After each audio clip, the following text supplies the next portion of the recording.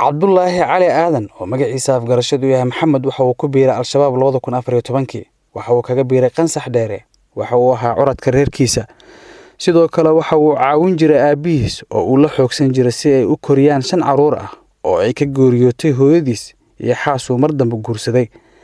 laakiin waa uu ku caasiyay xilligii ay ugu baahi badnaayeen ma helin fursad waxbarasho maadi iyo diini toona waxa uu ahaa reer mi aan marna dhinac uga bixin tuuladii uu deganaa waxa uu ka qayb qaatay dhowr weerar oo jidgal ah kuwaas oo badi ka dhacay wadooyinka looga baxay ee kuwa laga soo galay Qansax Dheere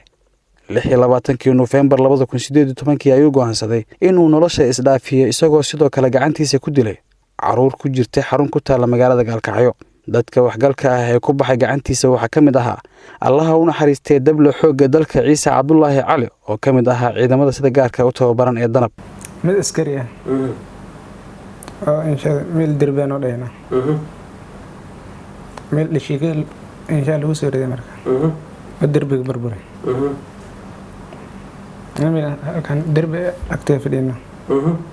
سيرنا ماشي إن شاء الله الشيء كذا بربري ماشي أكو سوق هنا مركز ثابت كله هنا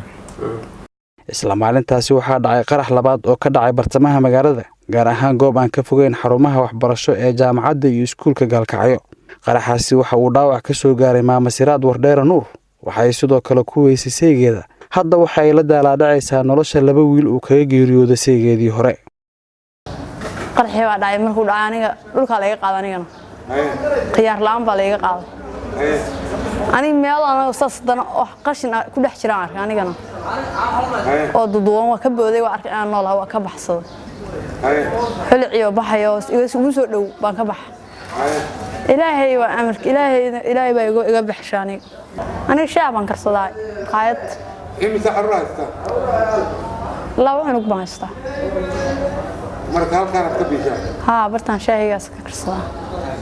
bilowgii bishan ayay xafiiska xeelaalinta codsadeen dhageysiga eed ka dhan ah Cabdullaahi Cali Aadan waxaana laba fadhi kadib maanta ay go'aan ka soo saartay maxkamadda darajada koowaad ee ciidamada qalabka sida sida uu warbaahinta u sheegay gaashaanle sare Xasan Cali Nuur Shuute gudoomiyaha maxkamadda darajada koowaad ee ciidamada qalabka sida markay dhageysatay maxkamaddu doodii u dhaxaysay dhinacyada dacwada oo kala ah xeelaliyaha guud ee ciidamada qalabka sida iyo qareenka difaacaya eedeysanaha